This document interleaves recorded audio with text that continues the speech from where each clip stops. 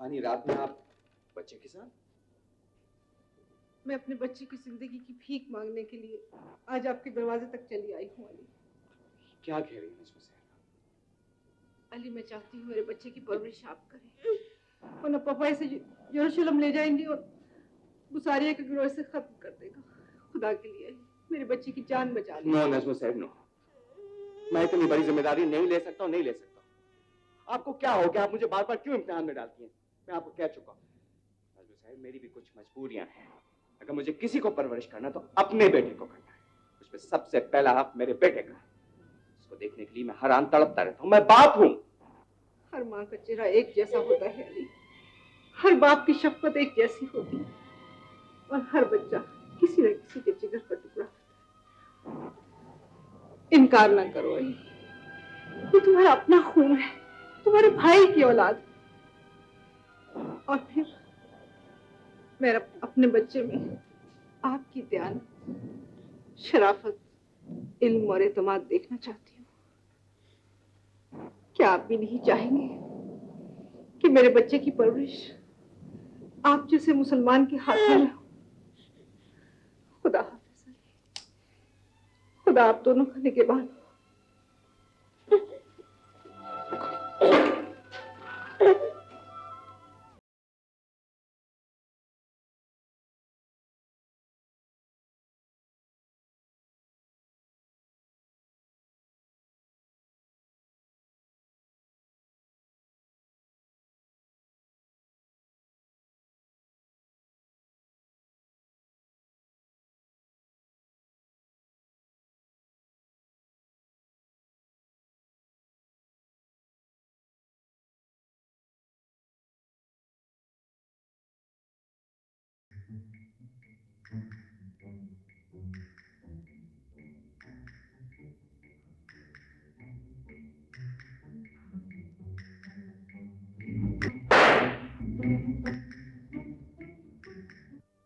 आप बहुत अजीम इंसान।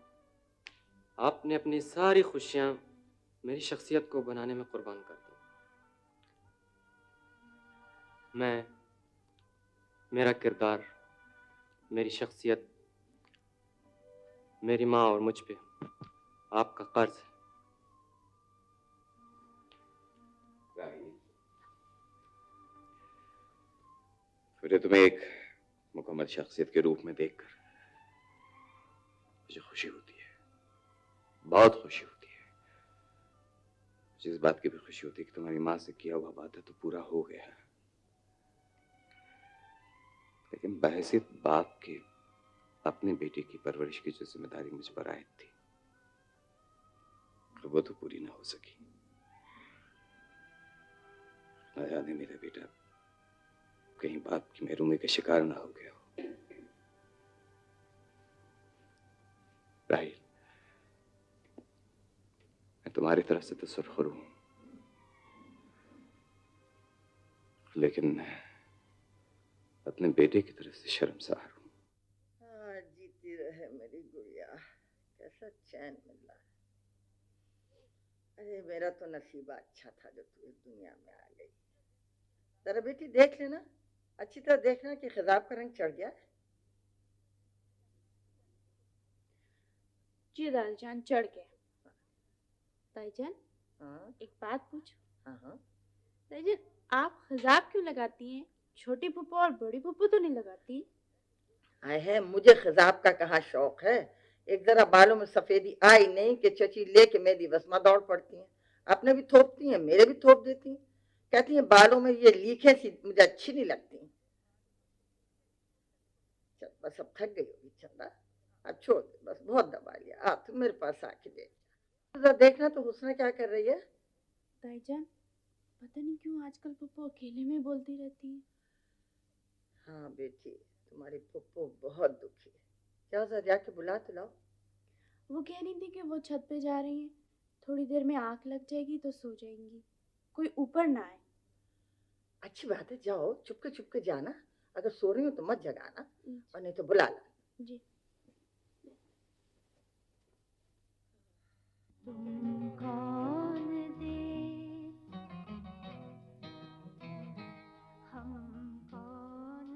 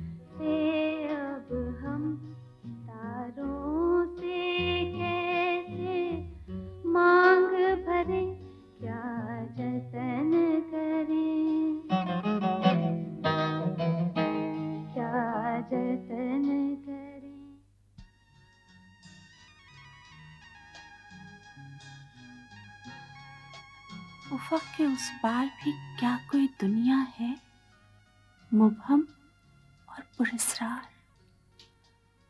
और अगर नहीं तो परिंदों का ये सफर खत्म क्यों नहीं हो जाता? एक मैं हूं अली और एक तुम, के रास्ते में ही किसी ऐसी जगह रुक गए हैं जहां न कदमों की चाप सुनाई देती है और न अपनी ही आवाज। अब तक तो मैं मसाइल को लोरियां देकर सुलाती रही हूं, मगर अब फरूख जवान हो गया है और साथ ही सारे मसाइल भी। अब तो फरूख जब तक खुद सर नहीं झुका लेता, मैं उसके सर पर हाथ नहीं रख सकती। मसाइल को झुक जाने पर किस तरह मजबूर कर दूं? अली, आप मेरे थे ही कब? बस एक ख्वाब देखा था मैंने। ऐसा लगता है जैसे मैं साए के ताक़ुब में दौड़ती भागती रही। अब तो उम्र की शाम होने को आई है, ऐसे में तो साया भी साथ छोड़ जाता है। अली, कब आओगे?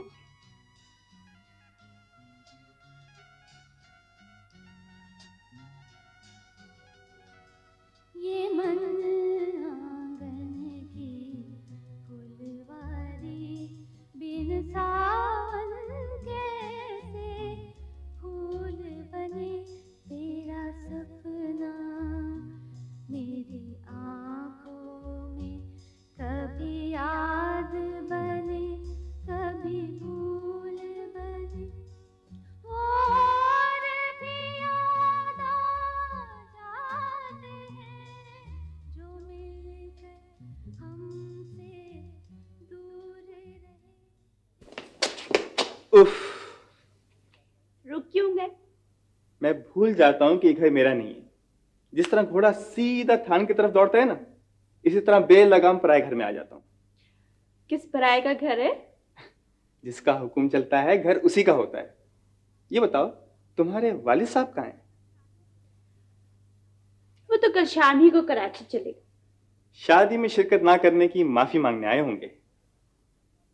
पता नहीं। मैं तो समझा था कि तुम्हें साथ ले जाने के लिए आए हैं, तुम्हारी मम्मा की फरमाइश पर। चलाओ के लिए? मेहरबानी मेहरबानी। ये बताओ कि अम्मी कहाँ हैं? छत पर। छत पर हैं? अरे कहाँ जा रहे हैं? उन्होंने मना किया था कि छत पे ना। जनाब, वो मेरी माँ है। अगर आपकी माँ है तो मेरी फूफू है। अच्छा जी हाँ। अरे अम्मी, आप क्या हुआ अम्मी? कुछ नहीं बेटे, सर में दर्द था, ठंडी हवा में बैठने के लिए छत पे चली गई थी। तुम बताओ, नसीरा फूफू की तरफ गए थे?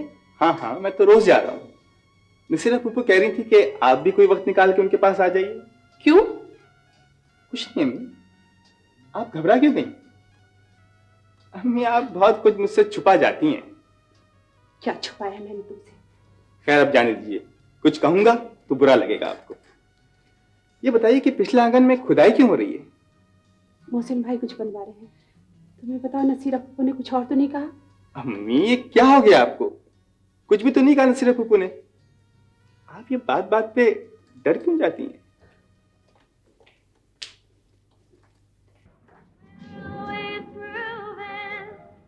क्या हुआ मेरा? इतनी बोर फिल्म दिखाई है, सारी आउटिंग का मजा जाता है। आओ कहीं और चले। अरे अब इतनी रात को कहाँ जाएंगे? और ये बुर्का तो तुमने ऐसा उतारा जैसे कभी पहना ही नहीं था। बुर्का मैं पहनती ही कितनी देर के लिए हूँ।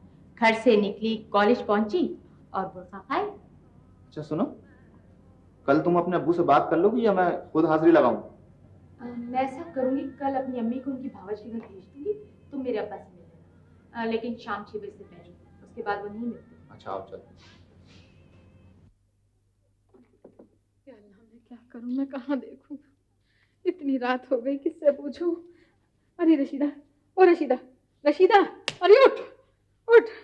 अरे मेरा दिल हौले खा रहा है, तू बड़ी सन्ना रही हो, खड़ी हो। अम्मा, अब्बा को भेजिए ना देखने को। अरे अब्बा को कहाँ से भेज दूं? अब्बा घर में हो तो भेजू ना।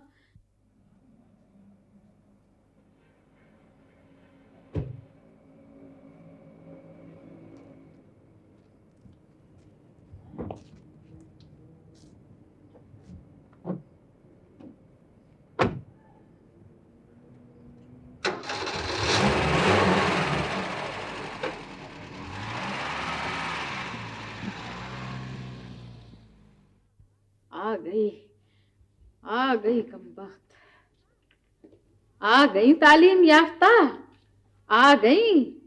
अरे तेरी डिग्रियों को आग ना लगा दूं मैं, इसी दिन के लिए तुझे पढ़ाया लिखाया था मैं। बोल कहाँ थी तू, कहाँ थी?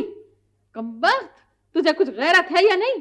बेगैरत बाप की बेगैरत औलाद, चल दफा हो अपने कमरे में। खबरदार जो कमरे से बाहर निकली टांगे तोड़ दूंगी। मनहूस कहीं की, खुदा गारत कर दे इन बाप बेटी को। कैसा मेरा भाई कहता था, आपा छोड़ दो इस अशफाक अहमद को, छोड़ दो, बर्बाद हो जाओगी। एक बच्ची है, मैं पाल लूंगा। या अल्लाह, मैं क्या करूं, किस मुसीबत में पड़ गई।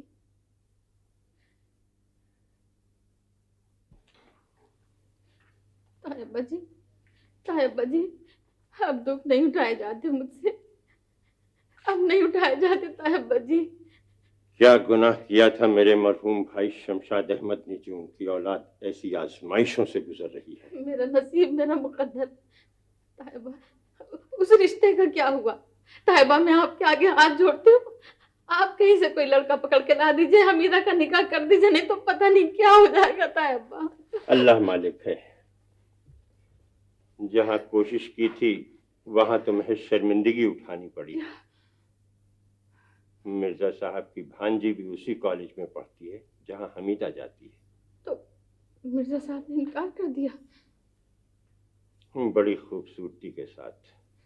मेरे दोस्त हैं, वो तो फौरन तैयार हो गए थे। लेकिन बदअक्ल लड़कियों को कौन समझाए कि जब उनके कदम घर की दहलीज के बाहर निकल जाते हैं तो इज्जत और आबरू की जिम्मेदारी भी माँ बाप के कंधों से हटकर उनके अपने कंधों पर आ जाती है। हमीदा बहुत बदनाम है कॉलेज में। मुमकिन है कॉलेज वालों को उसका नाम हटाना पड़े।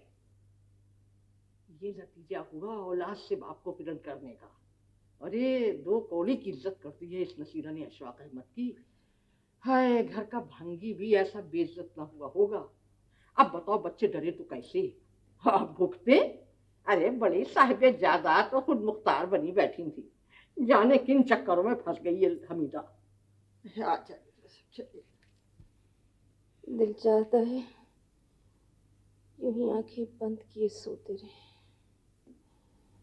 ना कुछ सोच सके, ना कुछ सुन सके, ना देख सके।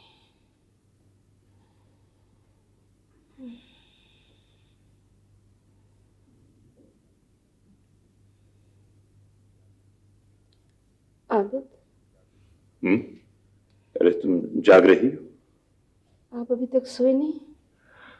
इन बच्चों से बातें कर रहा था। बच्चे अब तक जाग रहे हैं? वो तो 8 दिन से नहीं सोए। हम बहुत शर्मिंदा हैं, हमारी वजह से सब लोग परेशान हो गए। ठीक ही कहा है तुमने, तकलीफ तो हुई है और इसीलिए तकलीफ का एहसास जाता भी रहा है।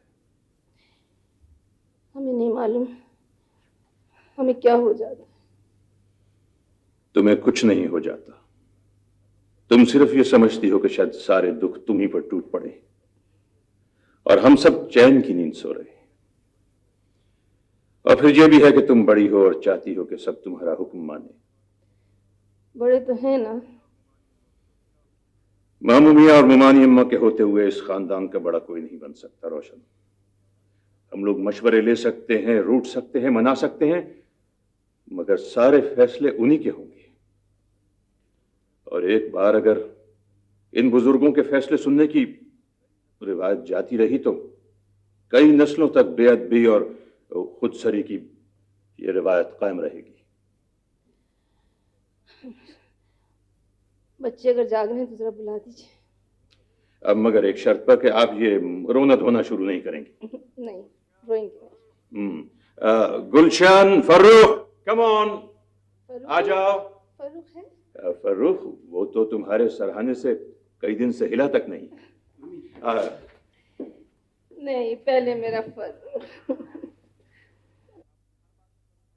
क्या है अम्मी, आप हर बात में फर्रुख भाई को आगे कर लेती हैं।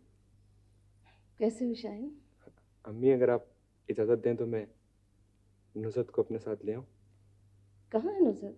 अम्मी वो आपसे बहुत डरी हुई थी। जाओ हमारी बहू को लेके आओ, और शौकत भाभी को भी।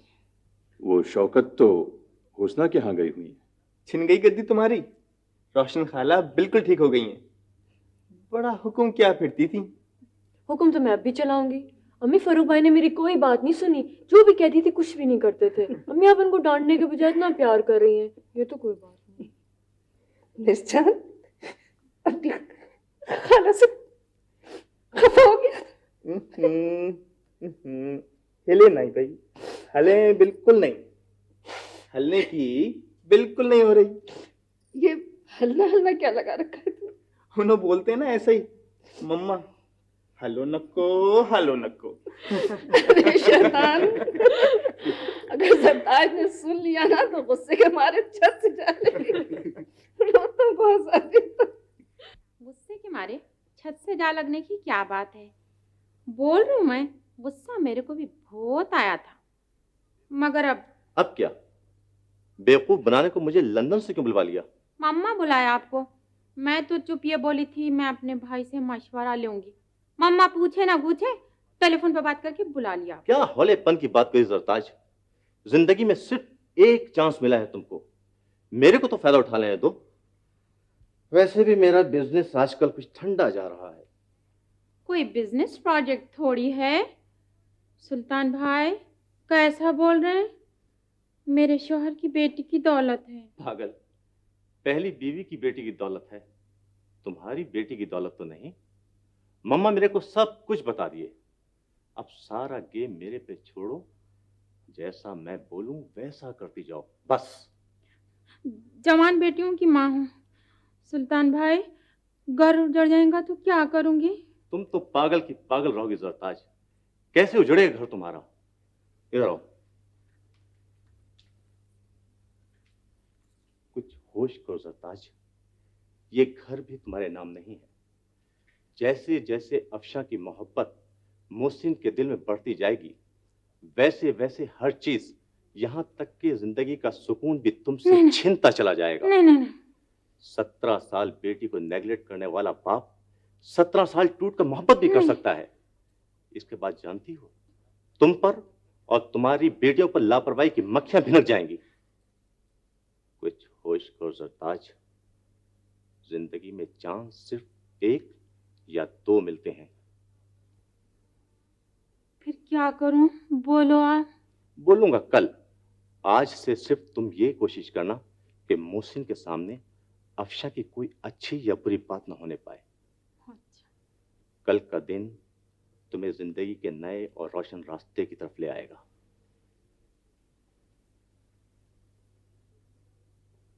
एक, ये 2, 3, हमेशा दुपट्टे मेरे पास जो है ना वो कम रहेंगे। कितनी अच्छी है पप्पू की ये वाली साड़ी, और कितनी अच्छी लग रही है मुझ पर। जो कपड़े उठाना। अल्लाह पर मैं देखे आप मेरे दुपट्टे रख देने, मैं पप्पू से शिकायत कर दूंगी। शिकायत कर दूंगी, शिकायती टट्टू।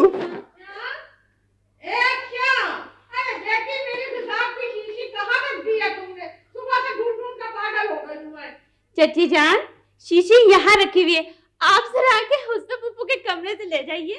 चची जान,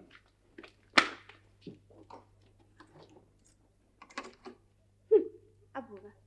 अल्लाह, पर वो कितना तंग करते हैं मुझको। नहीं खोलूंगी दरवाजा, कुछ भी कर ले, मैं कराची जरूर जाऊंगी, जरूर जाऊंगी। पप्पू, भाई मारी गई। क्या हो रहा था?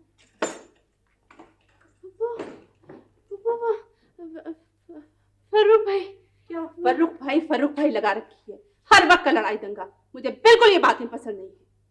अब माशाल्लाह अफशा, तुम अब बड़ी हो गई हो, समझदार हो गई हो। तुम्हें दुख उठाकर पालने का तो मुझे कोई इनाम नहीं मिला है। कहीं ऐसा ना हो कि तुम्हें बिगाड़ने का इल्जाम ही मेरे सर आ जाए। अगर बुलावा आ गया तो ऐसे बाप के घर जाओगी जो तुम्हें आज से 50 बरस पहले की लड़की के रूप में देखना चाहते हैं। अगर अपनी फूफी की परवरिश का भरम रखना चाहती हो ना बेटी, तो कराची में बहुत एहतियात से रहना। ये सब हरकतें वहां मत करना। आखिर तुम झगड़ क्यों रही थी? पापा, आपने सूटकेस में कपड़े रख दिए थे ना वो। हाँ, अच्छा, तो फरूक कपड़े लेके भागा था। आज मैं उसे दुरुस्त करके रहूंगी। लेकिन तुम उसके मुंह क्यों लगती हो? इतनी बार मैंने तुम्हें मना किया है, हर वक्त तुम झगड़ती रहती हो। तंग आ गई हूं मैं तुमसे। कपड़े रखो तुम अपने, मैं देखती हूँ उसे जाके। पापा ने तो कभी नहीं डांटा था मुझको, लेकिन अब वो भी ऐसे ही करती है।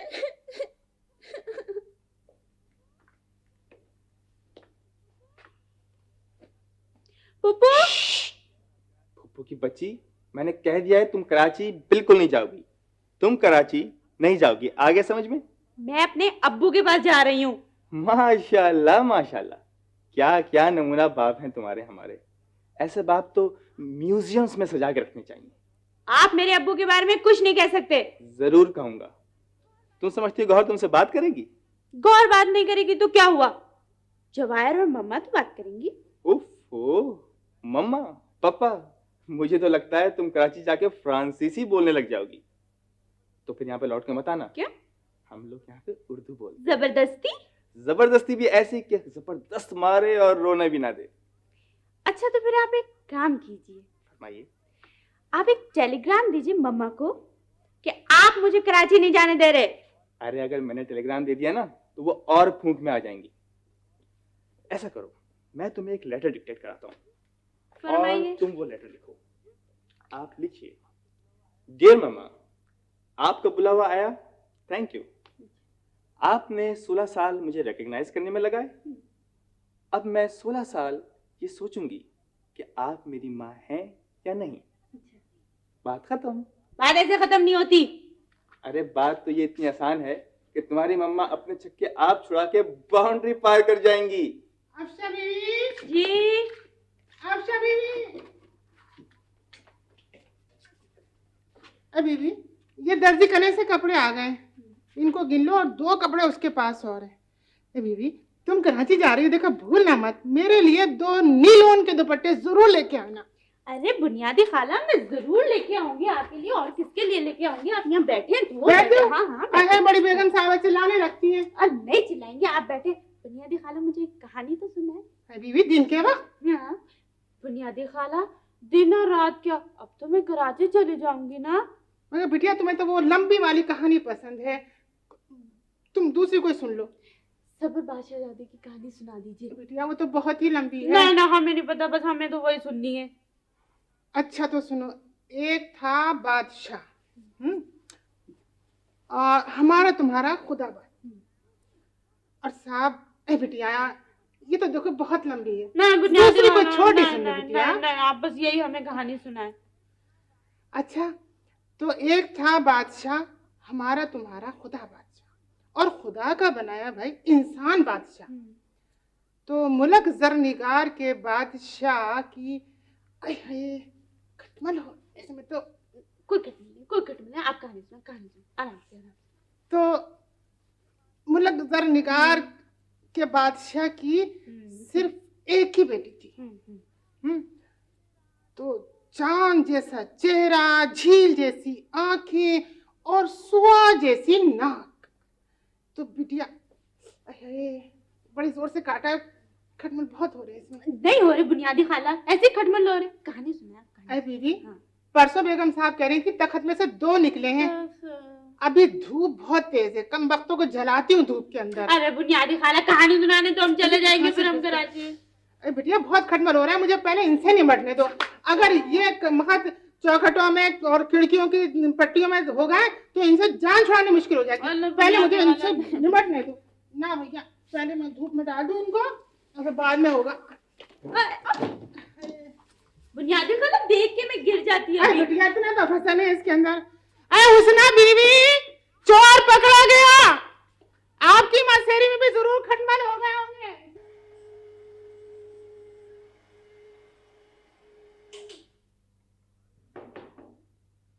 तुम्हारे रवैये से मेरे सारे घर वाले मुझसे ज्यादा तुम्हें चाहने लगे। क्या करी मैं? कुछ भी नहीं, वो लोग खुद ही इतने अच्छे हैं। एक शौकत भाभी का मिजाज जरा गर्म है। हुआ तो क्या हुआ, उन्होंने अपने घर खुश, हम अपने घर। कहाँ जा रही हो बेटे? मेरे पास बैठो। पापा, एग्जाम्स के लिए स्टडी करना है। अच्छा जाओ फिर जाओ। गौहर, आपकी स्टडीज कैसे चल रही हैं बेटी? पापा, मेरा तो पढ़ाई में दिल बिल्कुल नहीं लग रहा। अरे क्यों बेटे? पापा, मुझे आपको सॉरी कहना था। क्यों भाई? आप हमेशा बोलते थे ना that I'm a bad girl। अरे भाई, जब तुम छोटी थी तो डांटने के लिए कहा करता था। नहीं पापा, मैं अभी भी हूँ। जब भी तो मैंने लाहौर में इतना टीज किया है आपको। कोई टीज वीज नहीं किया है, वो तो मैं भूल भी गया। और हाँ, तुम्हारे लिए वही जेवर का सेट मैं लेकर आया हूँ। जरताज, तुमने दिया नहीं मेरी बेटी को जेवर का सेट? सेट तो मुझे मिल गया है। I am really very sorry पापा।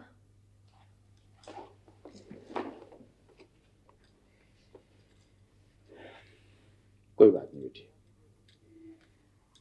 मैं अपनी बेटियों से कभी नाराज नहीं हुआ करता, सिवाय अफशा के।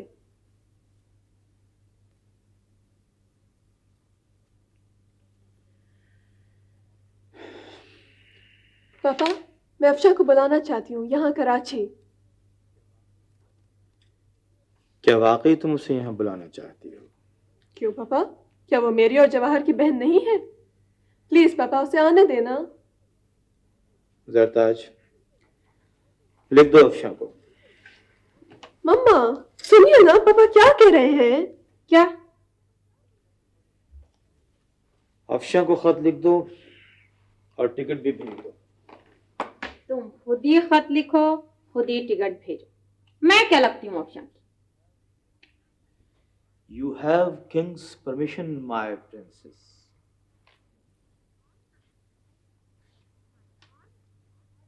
It is my honor. अल्लाह जिंदगी दे, सेहत दे। आज शौकत दुल्हन मुबारक हो बहुत। हुस्ना डालो। रोशन आप बहुत बहुत मुबारक। अल्लाह मेरी बच्ची को 80 साल की उम्र अता फरमाए। नानी जान, हाँ? आप रोशन खाला की गुलपोशी कर रही है ना? हाँ। लीजिए, मैं ताजपोशी के देता हूँ। बड़ा शरीर हो गया है। वैसे अम्मा, आप और शौकत भाभी हमारी गुलपोशी इस तरह कर रही हैं जैसे फर्रुख की बिस्मिल्लाह। अरे तो क्यों ना करूं, अल्लाह ने तुम्हें सेहत जो अता फरमाई है। क्यों चाची, 7 कुरान दरमियान जैसी इसकी हालत हो गई, तौबा तौबा, मुंह से नहीं निकाल सकते। वैसे आपका सेहतयाब होना तो मेरे लिए बहुत ही अच्छा साबित हो, वरना मैं तो समझ रही थी कि आप मुझसे बहुत नाराज हैं। आदाब।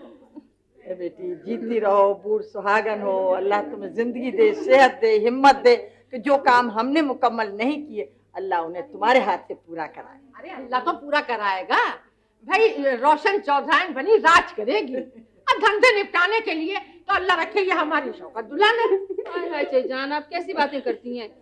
अल्लाह हमारी अम्मा को हमारे सर पर सलामत रखे। वैसे अम्मा की जगह तो शौकत भाभी लेंगे। शौकत भाभी, बीमारी में हमने आपके बारे में पता नहीं क्या कुछ कहा, आपने हमें माफ कर दिया ना? बिल्कुल माफ कर दिया। जरताज भाभी का टेलीफोन से नहीं आया? यार टेलीफोन आया था, अफशा को बहुत पूछ रही थी। हमारा ख्याल है वो उसे अपने पास बुलाना चाहती हैं। एक बार अफशा चली गई तो फिर वापस आने की नहीं। क्यों वापस नहीं आएगी? कैसी बातें कर रही हैं आप चाची? अरे हम अपने हाथ कटवा दें। जरताज कुछ और ही सोच रही हैं। क्या? ऐ शहरयार के लिए। अच्छा जान, आप कहाँ की बात कहाँ ले जाती हैं? फौरन हाथ कटवाने बैठ जाती हैं। छोड़िए। अरे चाची, आपने क्या कुछ सुना है? अम्मा, आप चईजान की बातों में आ रही हैं।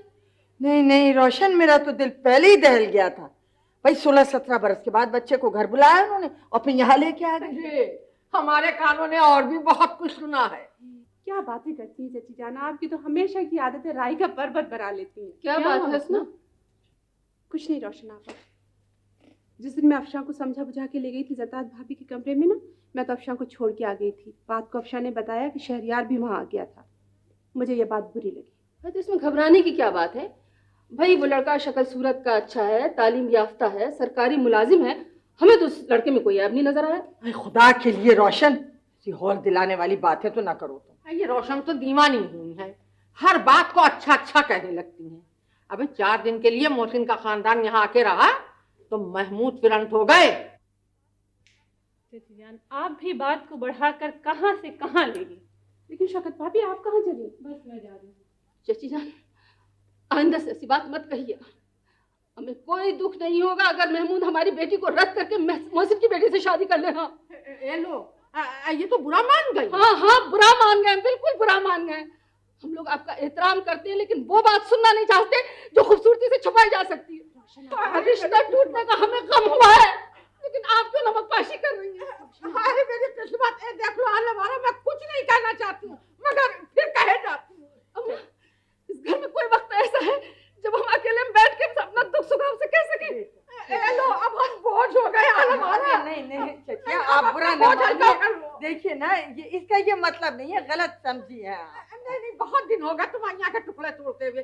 तुम्हारी मोहब्बत में इतने बरस से यहाँ पड़े हुए थे, अब हमें जाने दो। नहीं चचिया, आप कैसी बातें कर रही हैं? ये बीमारी से अभी उठी था, आपकी बेटी से माफ कर दे। भला मेरा और आपका साथ कहाँ छूट सकता है? माफ कर दीजिए। आपको पता है हमारी तबीयत ठीक नहीं रहती ना, हम अम्मा की तरह नहीं हो सकते, लेकिन अच्छा बेटी माफ कर दिया। नहीं जाते, लो बैठे जा रहे हैं। ये न जाने लड़की सोचती है न समझती, भागी चली जाती, जाने किसका खता है। उस तरह से समझाया करो ना बेटी। क्या करूं अम्मा, सरताज लाख सौतेली माँ सही, लेकिन माँ का लफ्ज है ही ऐसा कि बच्चा सुन के तड़प जाता है। माय गुडनेस, अली अंकल, ये सब क्या है? ये सब क्या है? इधर आइए।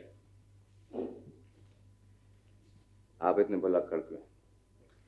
आज आपकी 18वीं सालगिरह है। ओह थैंक यू अंकल, बहुत बहुत शुक्रिया। मैं तो समझा था पाकिस्तान जाने की खुशी में आप सब कुछ भूल गए होंगे। बेटा, जिंदगी में एक ही दफा कोताही हुई, सजा आज तक भुगत रहा हूं। खैर, ब्लू हेवन देखा तुमने?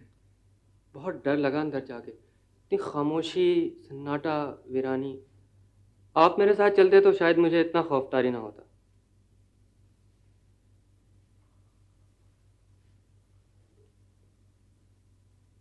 नहीं राहिल, मैं तुम्हारे साथ जाता तो शायद तुमसे ज्यादा खौफजदा हो जाता, इसलिए कि मैंने उस घर को तुम्हारी माँ की शख्सियत से आरास्ता और जिंदगी से भरपूर देखा है। भाई वो तुम्हारे सालगिरह के तोहफे का तो फैसला नहीं हुआ अभी तक, बोलो क्या लोगे? एक बात याद रखो, ये लॉलीज और पॉपकॉर्न खाने की उम्र जो है ना, वो आपकी गुजर चुकी है। अंकल, जो भी चीज़ आप मेरे लिए पसंद करें, फिर मैं आपको बताऊंगा कि मैंने आपकी सालगिरह के लिए कौन सा तोहफा लिया। राहिल, इस साल तो मैंने अपनी सालगिरह का तोहफा खुद मुंतखब किया है, और वो तुम्हें देना पड़ेगा। कोई मोटी सी किताब? Wrist watch? अंकल, आपकी घड़ी खो गई है। बेटा, मैंने तो वक्त देखना ही छोड़ दिया है। तो फिर आप खुद ही बताएं। राहिल, तुम्हें मालूम है ना कि तुम्हारे माँ बाप ने मुझे कितने दुख दिए हैं? आपके दुखों के बदले मैं लूंगा। नहीं, अगर इंतकाम की आग को ठंडा ही करना है तो फिर ये इंतकाम मुझको ही लेना चाहिए। आप इंतकाम ले सकते हैं किसी से? क्यों नहीं? आखिर मैं भी तो इंसान हूं। पत्थर बनकर कब तक बेजुबान रहूंगा? क्या करेंगे? क्या करूंगा?